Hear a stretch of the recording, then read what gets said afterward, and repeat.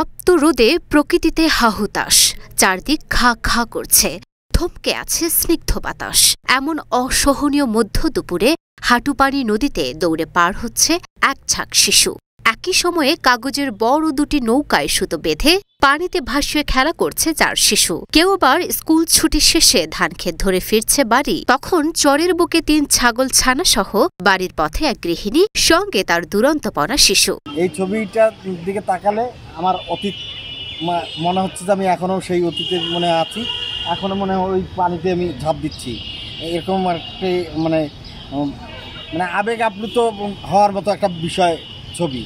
ছবি জীবনের কথা বলে, ছবি অতীত, বর্তমান এবং ভবিষ্যৎ পরিকল্পনা তৈরি করে। কাগজের নৌকা বানা দেখে আমার পুরনো স্মৃতি, নস্টালজিয়া মনে পড়ে গেল।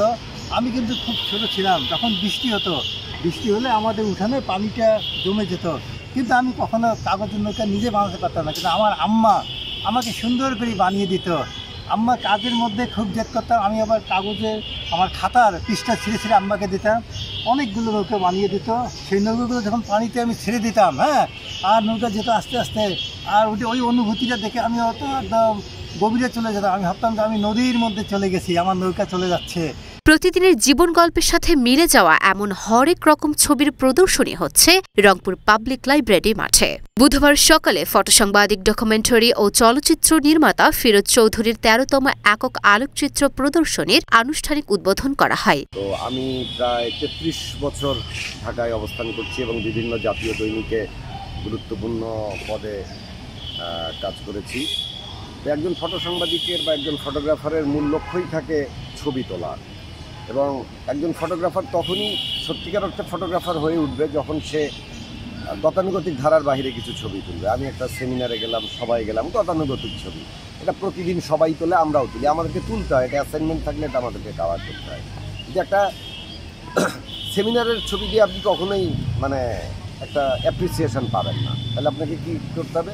বাড়তি ছবি তুলতে হবে। এই বাড়তি ছবি তোলার কাজটা করতে করতে আমি একদম শুরু থেকেই, যেটাকে ফিচার ফটোগ্রাফি বলি আমরা, ফিচার ছবিগুলো ক্যাপশন হিসাবে পত্রিকায় ছাপানো হয়। যেমন এই যে একটা ইয়ের ছবি, পাহাড়ি ভদ্রমহিলার ছবি, এটা একটা ক্যাপশন দিয়েই ছাপানো হতে পারে। এখানকার প্রত্যেকটা ছবি যে কোনো নিউজের দরকার একটা ক্যাপশন দিয়ে।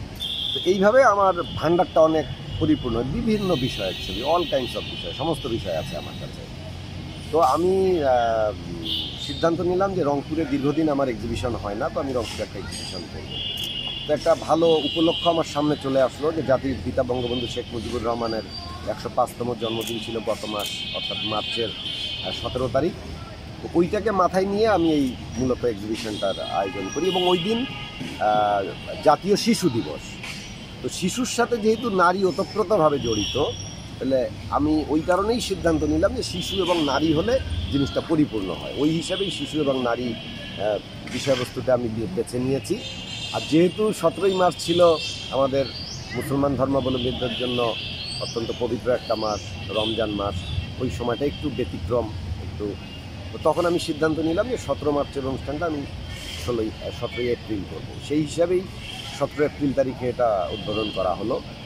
আর ছবি, প্রত্যেকটা ছবি তো কোনো না কোনো মেসেজ করে।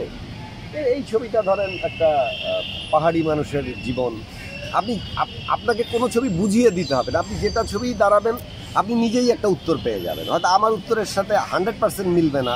জাতির পিতা বঙ্গবন্ধু শেখ মুজিবুর রহমানের 105তম জন্মবার্ষিকী উপলক্ষে 5 দিনের এ আলোকচিত্র প্রদর্শনীর শিরোনাম দেয়া হয়েছে মা ও শিশু। আলোকচিত্র প্রদর্শনীর উদ্বোধনী অনুষ্ঠানে প্রধান অতিথি ছিলেন রংপুরের জেলা প্রশাসক মোহাম্মদ মোবাশ্বের হাসান। উদ্বোধনের পর থেকেই ছোট বড় বিভিন্ন বয়সী দর্শনার্থীদের আলোকচিত্র প্রদর্শনীর প্যাভিলিয়ন ঘুরতে দেখা যায়। মা ও শিশু কেন্দ্রিক আলোকচিত্রে কেউ কেউ নিজের ফেলে আসা দিনগুলো দেখতে পেয়ে আবেগে আপ্লুত হয়ে যান।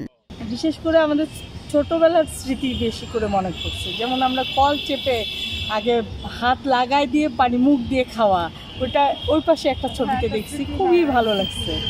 কি নিজেকে ওইখানে নিয়ে চলে গেছি। ছোটবেলার কথা মনে পড়ে যে আমরা মুন্সিপাড়ার কবরস্থানের গেটের সামনে যে আমার বাসা, ওখান থেকে আমরা এই পিচ ধরা রাস্তার মধ্যে যে এরকম বেয়ারিংয়ের চাকা দিয়ে গাড়ি বানাইতাম, এবং 2-3 জন করে একসাথে যেতাম। ফেলতে ফেলতে এমন হয়ে গেছে যে হাতে শাল গেছে, নাকের শাল গেছে, থুতলি কত হয়েছে, হাঁটু সাল গেছে, তো এরকম বাড়িতে আসলে আর প্রতিদিন কিল খাইতাম বাড়ি বাপমায়।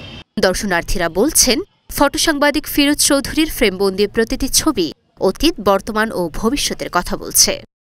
আমাদের গ্রাম বাংলার অতি সাধারণ একটা দৃশ্য, তবে এটা আর এখন সহসা চোখে পড়বে না। আমার অনেক পুরনো ছবি, আই থিঙ্ক রানা এটা 25 বছর আগের ছবি এবং এটা কিন্তু ফিল্মে তোলা।